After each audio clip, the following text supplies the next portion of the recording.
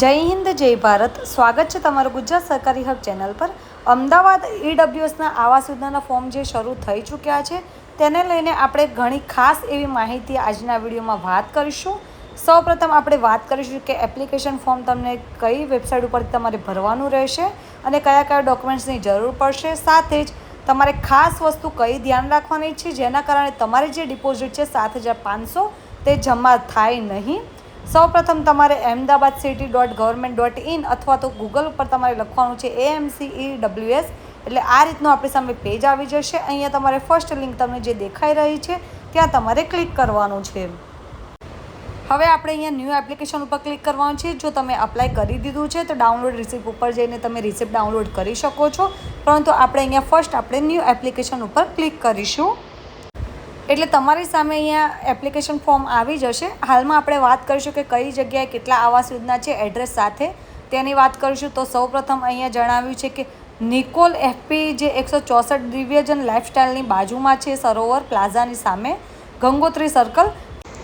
1568 આવાસ યોજનાના મકાનો અહીંયા બની રહ્યા છે જેનો EWS 52 નંબર છે।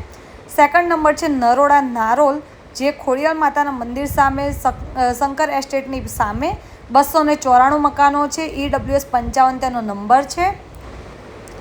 ત્યારબાદ કોતરપુર નરોડા જે જનરલ હોસ્પિટલની પાછળના ભાગમાં 171 મકાનો માટે સ્કીમ જાહેર થઈ છે જેનો કોડ છે EWS 56। ત્યારબાદ મહાકાળી નગરની સામે પરિમલ હોસ્પિટલના ખાંચામાં મોટેરા 56 મકાનો માટે સ્કીમ જાહેર થઈ છે જેનો EWS 57 કોડ છે।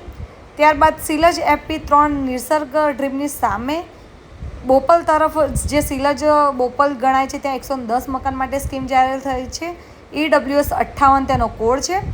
ત્યારબાદ સિલજ એફપી 25 સિલજ કાવેરી સોહમ ફ્લેટની પાસે 392 મકાનો માટે આ સ્કીમ જાહેર થઈ છે જેનો EWS 59 નંબર છે। જ્યારે ઓઢવ ભિક્ષુગૃહ રોડ છે ભાથીજી મહારાજના મંદિરના પાસે, જ્યાં 540 મકાનો માટે આ સ્કીમ જાહેર કરવામાં આવી છે જેમાં EWS 60 તેનો કોડ છે। આ કોડ મુજબ તમારે એપ્લિકેશન ફોર્મ ભરવાનું છે। જે તમે એપ્લિકેશન ફોર્મ ભરો છો ત્યાં તમારે અહીંયા લોકેશન તમારે સિલેક્ટ કરવાનું રહેશે કે કયા લોકેશન માટે તમે અહીંયા અપ્લાય કરવા માગો છો, એટલે આ કોડ તમારે ખાસ અહીંયા ધ્યાન રાખવાના છે।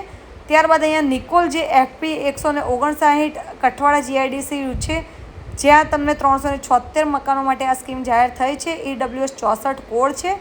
ત્યારબાદ ટોરેન્ટ પાવર જે રિંગ રોડ છે નિકોલ, ત્યાં 666 મકાન માટે આ સ્કીમ જાહેર થઈ છે, EWS 65 કોડ છે। ત્યારબાદ મોટેરા કોટેશ્વર રોડ છે ત્યાં 1512 સૌથી વધુ આવાસ માટે અહીંયા સ્કીમ જાહેર થઈ છે જેને EWS 66 કોડ છે, અને તેનાથી પણ વધુ જે સ્કીમ છે 2140 મકાનોની જે જૈનમ મસ્જિદ સામે સરખેજ મકરબા જે કોડ છે EWS 76। ટોટલ 7,825 મકાનો માટે આ સ્કીમ જાહેર થઈ છે। અમદાવાદમાં ખૂબ જ મોટી સંખ્યામાં આવાસ યોજનાની સ્કીમ જાહેર થઈ ચૂકી છે। હવે આપણે અહીંયા ડોક્યુમેન્ટ્સની વાત કરી લઈએ કે કયા કયા ડોક્યુમેન્ટ્સની તમારે અહીંયા જરૂર પડશે। તો ફર્સ્ટ છે આવકનો દાખલો જે ફરજિયાત તમારે અહીંયા અપલોડ કરવાનો છે। 3 લાખ સુધીનો આવકનો દાખલો હોવો જોઈએ, કારણ કે આ જે મકાન છે એ 3 લાખનું છે એટલે તમારી જે આવક છે 3 લાખ સુધીનો હોવો જરૂરી છે। ત્યારબાદ તમારે અહીંયા જો તમે જનરલ કેટેગરી મુજબ અહીંયા એપ્લિકેશન ફોર્મ ભરી રહ્યા છો તો જાતિના દાખલાની જરૂર નથી, પરંતુ જે લોકો કાસ્ટ વાઇઝ અહીંયા એપ્લિકેશન ફોર્મ ભરી રહ્યા છે, કારણ કે અહીંયા તમને કાસ્ટ વાઇઝ બેનિફિટ પણ મળશે। આથી જો તમે કાસ્ટ વાઇઝ અહીંયા એપ્લિકેશન ફોર્મ ભરી રહ્યા છો તો જાતિનો દાખલો ફરજિયાત તમારે અહીંયા અપલોડ કરવાનો રહેશે। ત્યારબાદ અહીંયા તમારે ઓળખનો પુરાવો કોઈ પણ તમારું ડોક્યુમેન્ટ્સ એક અપલોડ કરવાનું રહેશે, જેમ કે આધાર કાર્ડ છે, પાન કાર્ડ છે, ચૂંટણી કાર્ડ છે। ત્યારબાદ તમારે અહીંયા આધાર કાર્ડની નકલ અપલોડ કરવાની છે, એટલે કે તમારું ઓરિજિનલ આધાર કાર્ડ ફ્રન્ટ અને બેક બંને સાઈડ દેખાય તે તમારી PDF બનાવીને તમારે અહીંયા અપલોડ કરવાની છે।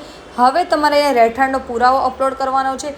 જો તમે ભાડે રહો છો તો તમારે ભાડા કરાર અહીંયા ફરજિયાત અપલોડ કરવાનું રહેશે, અથવા જો તમે તમારા માતા પિતાના મકાનમાં રહો છો અને તેમના કોઈ પણ અહીંયા બાળક અપ્લાય કરવા માગે છે જે 18 વર્ષથી ઉપરના હોય તો તેઓ અહીંયા નોર્મલી તેમના પિતાનું જે પણ અહીંયા લાઇટ બિલ કે જે પણ હોય તે અહીંયા અપલોડ કરી શકે છે, તેમને ભાડા કરાર કરવાની જરૂર રહેશે નહીં।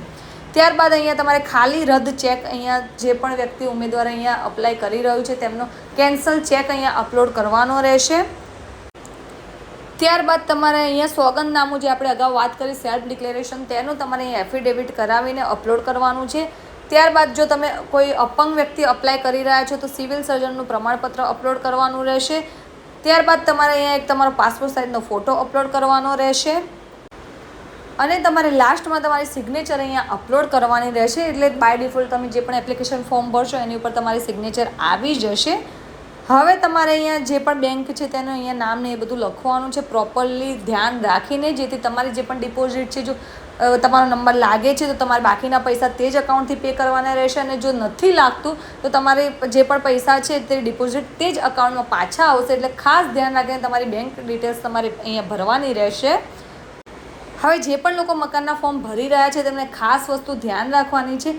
જો તમે આ વાતોનું ધ્યાન નહીં રાખો તો તમારી જે ડિપોઝિટ તમે અહીંયા પે કરો છો 7,500 તે જમા થઈ શકે છે, તમને પાછી મળશે નહીં રિટર્ન. ખાસ કરીને તમે જે પણ સેલ્ફ ડિક્લેરેશન છે તે તમારે એફિડેવિટ કરાવવું જરૂરી છે. ત્યારબાદ જો તમે ભાડે રહો છો તો ભાડા કરાર ફરજિયાત રહેશે. જે પણ ઉમેદવાર અહીંયા અપ્લાય કરવા જઈ રહ્યું છે તેમના પરિવારના કોઈ પણ સભ્યના નામે કોઈ પણ જગ્યાએ મકાન ન હોવું જોઈએ. ખાસ આ વસ્તુનું ધ્યાન રાખવાનું છે. જો કોઈ માતા પિતાની સાથે રહી રહ્યું છે, 18 વર્ષથી મોટી એજના જે બાળકો છે જે અહીંયા અપ્લાય કરવા માગે છે તેઓ અહીંયા અપ્લાય કરી શકે છે. પરંતુ જો કોઈ હસબન્ડ અહીંયા અપ્લાય કરી રહ્યું છે અને તેમના વાઇફ કે તેમના નામે કોઈ અહીંયા મકાન જણાય તો તેઓ અપ્લાય ન કરી શકે, નહીં તો તેમની જે ડિપોઝિટ છે તે જમા થઈ શકે છે. સાથે જ પરિવારના દરેક સભ્યોમાંથી કોઈ એક જ સભ્ય અહીંયા અપ્લાય કરી શકે છે, કોઈ પણ દરેક સભ્ય અહીંયા અપ્લાય કરી શકશે નહીં.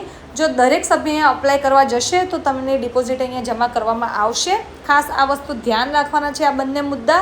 ત્યારબાદ અહીંયા તમે જો કાસ્ટ વાઇઝ અપ્લાય કરો છો તો કાસ્ટ સર્ટિફિકેટ ફરજિયાત તમારે અપલોડ કરવાનું રહેશે. ત્યારબાદ તમારા દરેક ડોક્યુમેન્ટ્સને તમારે ઓરિજિનલ અને સ્પષ્ટ દેખાય તે રીતે અપલોડ કરવાના છે, જેથી તમારું જે ફોર્મ છે તે રિજેક્ટ ન થાય. જો આ બધી વસ્તુનું તમે ધ્યાન રાખશો તો તમારું જે પણ એપ્લિકેશન ફોર્મ છે તે અપ્રુવલ થઈ જશે અને તમારો નંબર ડ્રોમાં લાગી શકે છે. સાથે તમે જે પણ ડિપોઝિટ અહીંયા પે કરો છો તો તે તમારી ડિપોઝિટ જમા ન થાય તે વાતનું તમારે આ જે મુદ્દાઓ છે તે ધ્યાન રાખશો તો પ્રોબ્લેમ નહીં આવે.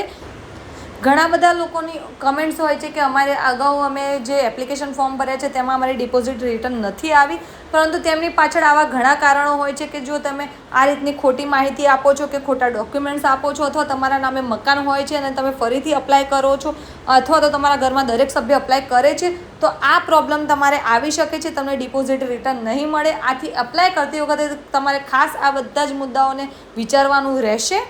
એપ્લિકેશન તમારે કરવામાં કોઈ પણ જાતની પ્રોબ્લેમ જણાય તો જરૂરથી અમને કમેન્ટ બોક્સમાં કમેન્ટ કરી શકો છો. અપ્લાય કેવી રીતે કરવું તેનો વિડીયો તમને અમારી ચેનલ પર મળી રહેશે.